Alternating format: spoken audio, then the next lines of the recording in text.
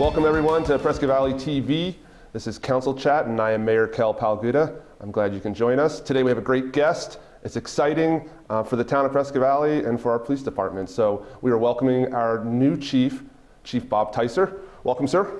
Thank you, Mayor. It's great to be here. Great to be back in Prescott Valley. No, that's awesome. So we want to introduce you to the community and basically who you are. We know who you are, but there's a lot of people out there that might not know your history and your roots to our area. So let's start off with, you started your law enforcement career where? Prescott, Arizona. Yes. Prescott Police Department in 1989, right after I got out of the Air Force. Okay. Following Prescott High School. Yes. And growing up in this community. Right. So you went from Prescott PD to? Arizona DPS. All right. My dad was a Phoenix police officer and then worked for the Arizona Highway Patrol and was a sergeant up in this area back in the 70s and 80s. Okay. So as I was looking for my career, I was looking for either being a game warden, a professional athlete, or a highway patrol officer. And okay. The first two didn't really work out. No, not necessarily. Went right to the highway patrol after a short stint with the Prescott Police Department. Okay. Had an opportunity to work up here for 10 years in the 1990s, patrolling these highways up here with DPS. Gotcha. And then your career took you elsewhere? Yes. I made some decisions to work at promoting. Okay. And when you work for the state, if you promote, you're going to go somewhere else. Sure. That is a drawback to working for a state compared to in a local organization. So right. I migrated down to Phoenix as I promoted a few times through the ranks with DPS, from sergeant to lieutenant to commander, and okay. Had an opportunity to work a variety of assignments down there in right. Phoenix. But really, my roots were those first 10 years up here in Yavapai County. And you say a variety of assignments, and I think, correct me if I'm wrong, one was doing security for the Super Bowl. Yes, that was a fabulous opportunity, Super Bowl 42, when the Giants actually beat the Patriots, right. which was quite an upset. Yes. So when I worked for DPS, I was a lieutenant at the time. The director assigned me to work football games for Arizona State University and the Arizona Cardinals. Okay. And it was during the time when we transitioned from Arizona State University to the new stadium in Glendale, so I had right. the opportunity to be part of that. Worked that 3 years in partnership with ASU PD and then Glendale PD. And my final game that I worked was Super Bowl 42, oh, great. and it was awesome.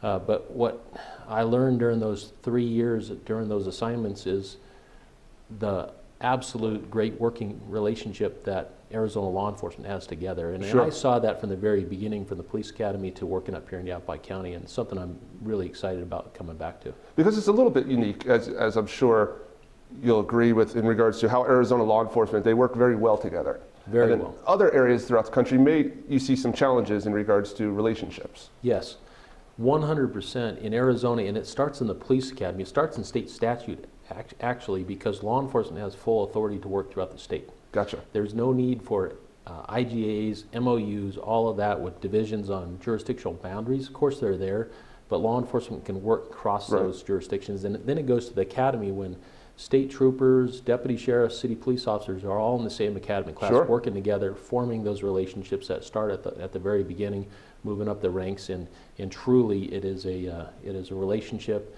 of coordination of law enforcement together, which is good for our communities. Oh, absolutely. Because we know that people that commit crimes and want to do bad things in communities, they don't stop at jurisdictional boundaries. Crazy how that works, yeah, right? They don't pay attention to that. So why would law enforcement? Let's work together, and this community has years of relationships of that, and something I'm really excited about. No, that is awesome. So we'll recap. You went from DPS and then you became a chief somewhere else to the north. Yes, I had a desire to be a police chief for about the last 10 years of my career here in Arizona, which spanned about 21 years. And so I made sure I was preparing myself for the right assignments and the education to ensure that I was capable and ready to be a police chief. So my family and I, my wife in particular, we had some conversations about where we might go after I completed my career with DPS, and sure. we were looking in the mountains or in a beach. And fair enough. I've been married 30 years now, so my wife won out and we went to the mountains. Okay. And I used to fish a lot up in Colorado when I was a kid, so I learned a lot about that state, and I really enjoyed it. So I had an opportunity to go up there and be a police chief for 6 years up in Avon, which is a small resort town next to Vail. Okay. Going back to a smaller agency from a large agency, really coming back to what police work is all about, what community police work is all about. Because in a large organization, you can get lost at that a little bit. So getting back to the roots there. And then after 6 years there, migrated down to the Front Range, as it's called, in Colorado. Worked for the city of Loveland for nearly 6 years. Okay. And that finished my career up in Colorado. But Gotcha. I can tell you, growing up here in Prescott Valley, Yavapai County, I was always paying attention to chiefs in this community. And I knew when one would leave, Sure. is there an opportunity, is it the right timing? It wasn't the right timing for my family until this opening came up, and I said, you know what, the timing is right. Nice. So I put my name in the hat, and I am so thankful to you and this community for supporting me and bringing my family and I back to serve in this position. No, that's awesome, and it's almost like a full circle story right there. You know, because you'll hear. I'll talk about Prescott Valley because I love Prescott Valley. Yeah. You know, like I think Prescott Valley is an amazing community, and the citizens deserve the best. Yes. So when someone's excited and they want to come back, they come back for a certain reason. It just says a lot, and it gives confidence to our citizens that, you know, he's here not just for the title, but he's here because, you know, he's been here before. He loves the area, loves the community type of environment. 100%. My wife and I built our first home here in Prescott Valley. We bought an acre of land right on the west side, built our home here. Both our children were born here, lived here, worked here, and you said it best, full circle coming back. I'm pinching myself every day. It's unbelievable. It's unbelievable. So that's hopefully the wife, she's excited to be back? She's very excited to come back, to reconnect with family and friends and just this area. And she's excited. No, that's good. So thinking about Prescott Valley, obviously when you started at Prescott PD, Prescott Valley was probably 8,000 people. So maybe. Yeah. So we've obviously evolved.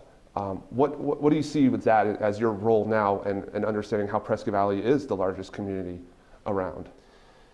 Well, it has evolved, and for the viewers out there, you may not know, but this gentleman sitting here to my right, he and I were young highway patrol police officers here working together in this community together. So there's an evolving. That is very true. Right there.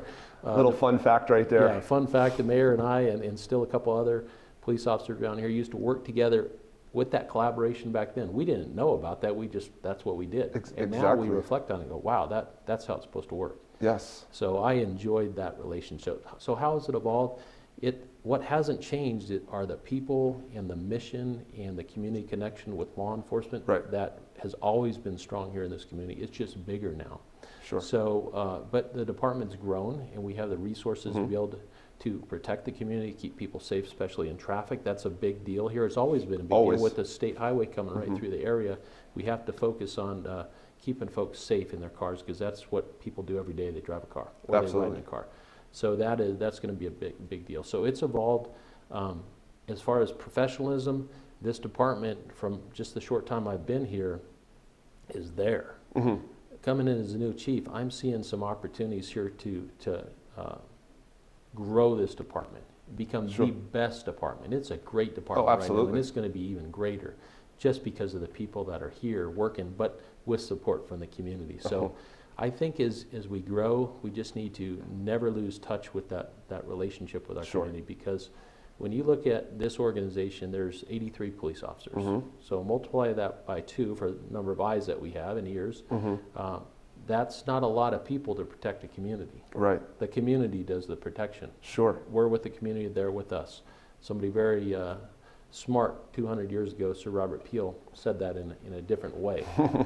Police are the public, public are the police. And I believe that. And what I'm seeing here in this organization, everything's in place to continue that and get even better. And see, that's a reflection also. I'm sure you're aware that Prescott Valley is now, some study put us at the 5th safest city or town in Arizona, which is, that's pretty significant. Fabulous. Compared to some communities around us, we rank extremely low.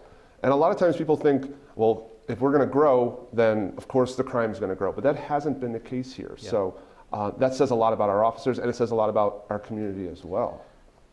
I'm glad you mentioned 5th largest or 5th safest. I was thinking about that today, and I was thinking, let's get to number 1. Absolutely. 5's great. No, for sure. Number 1's greater. Yes. We're going to do that.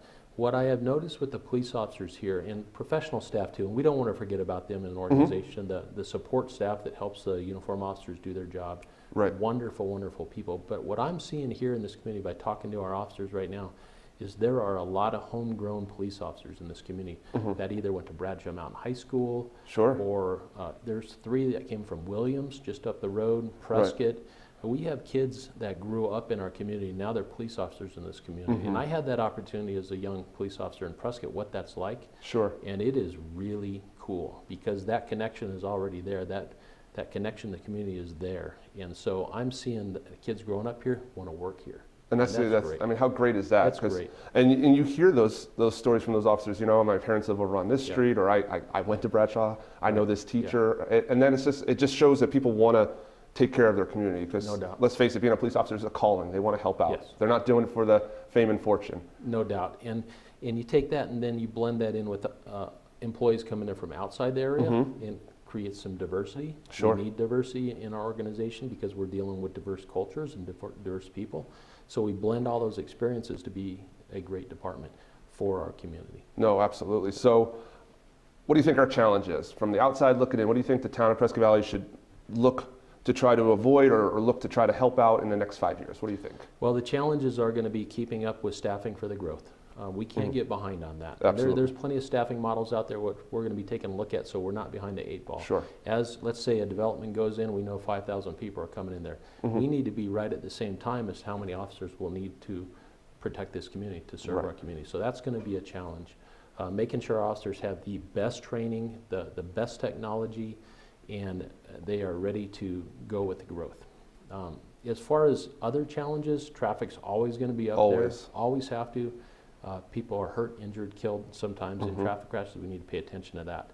And we need to work on education with our community on that, because it's not all about traffic tickets and enforcement. We have to have the community, helping each other out with traffic safety. Drugs. Drugs are, here's the thing. I thought we would, you and I thought we would have this drug problem solved 20, 30 years ago. I don't know if you thought that or not. It never changes. I mean, it is constantly always going to be there. I think it's always at the forefront. It might look a little different, but it's always there. Right, and it does look a little bit different now because of this fentanyl and the dangerous narcotics that are causing overdoses. But what I'm excited about in this community is we have great community groups, Matt Force being one of them. When we talk about prevention and rehabilitation and enforcement's in there too, we have to focus on that because these are people that it's not a victimless crime. Oh no, absolutely not. It's not a victimless crime. Right. When people say it is, it's not. Right. So that's going to be a big challenge. And then with drugs will come property crimes. And fortunately, we live in the 5th safest community in Arizona. But when you have drug addictions, drug dealing, it's going to evolve to other crimes. And so we have to really pay attention to that. But that comes right in the community policing model with our community and us working together to solve this, because it's not just the department trying to solve it. We got to be there together. No, that's absolutely the truth on that. So when you were in DPS, were you around when it was called Blood Alley on Highway 69 near the crossroads? Was that during your time here? Well, when my dad was a highway patrol sergeant up here, I heard that growing up. Gotcha. As a kid in the 70s and 80s. Sure. When my dad would come home, I'd be listening to his stories, and I heard Blood Alley. You talk about a head-on fatality or whatever was going on there. And then that term carried on into your career and my career. Sure. We got to get rid of that term. Right. And we do that through the community and through enforcement and education. And it's so interesting because at the time, and for those of you at home or may not have been familiar with it, over by the Crossroads Crossroads commercial area by Home Depot and Chick-fil-A area, that area right there never had a center median. So there was a lot of fatalities there during a certain period of time, and the state recognized it. They came in, they put a center median in, and at the time, you would have thought, from a lot of people, the citizens just were in an uproar about it. They just thought it was a terrible idea and that we shouldn't be doing it.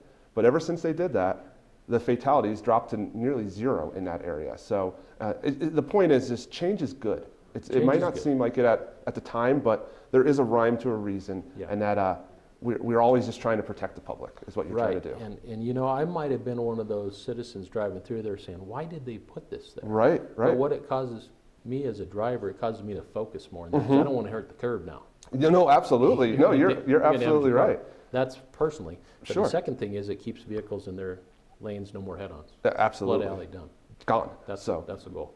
So that's obviously the goal, and that's what we can do here in Prescott Valley. We're adding a new road off of Santa Fe Loop, Jasper Parkway, which will be connecting Highway 69 to basically Jasper and Granville. Hopefully alleviate some of the traffic off of Glassford Hill, which is so important. There's a lot of traffic out there. There's a lot of cars, and when there's a lot of cars, there's going to be some accidents. So, and that's what we're trying to do. Yeah. It's not easy, of course, right? No, a lot of work to it. There is a lot. A lot of work and cost to that too. So I think it's always important for our community members to know that as a police chief, and I'm sure as a mayor, I don't mean to speak for you, Mayor, but we're thankful for the taxpayers that will provide those dollars out there to help with this community safety issues, the roadways and the public safety. We can't do it without you, and we recognize how important that is. Yes, so kind of wrapping up a little bit, citizens, I'm sure if they want to reach out and they just maybe want to bend your ear, there'll be opportunities in the future. I'm sure you'll be going to coffee with a cop when available to your schedule. And then also council evenings, you're also out there in the audience, so someone may, if that's okay, reach out to you and maybe set an appointment. You can find a chief there, or if there's a few minutes, if it's not too in-depth, he can talk to you at that time. Absolutely. I enjoy communicating with people, and what I've already told my staff, our staff at the department is, if I'm sitting behind the desk all day, then I'm not doing my job. Right.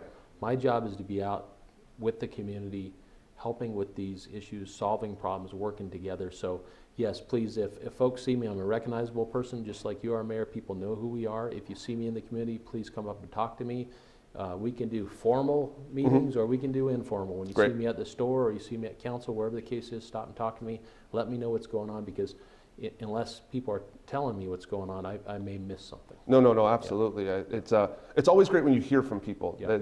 Sometimes they think, oh, do they want to hear what's going on? I know I want to hear. I mean, everything that's going on at your neighborhood, if you think it's an issue to you, then it should be an issue to me. So you're not bothering us by communicating with us. So, Chief, this was pretty much it. We wrap up with one final little speed round, and it's very informal, and just answer the questions as they come, okay? All right. Ford or Chevy? Ford.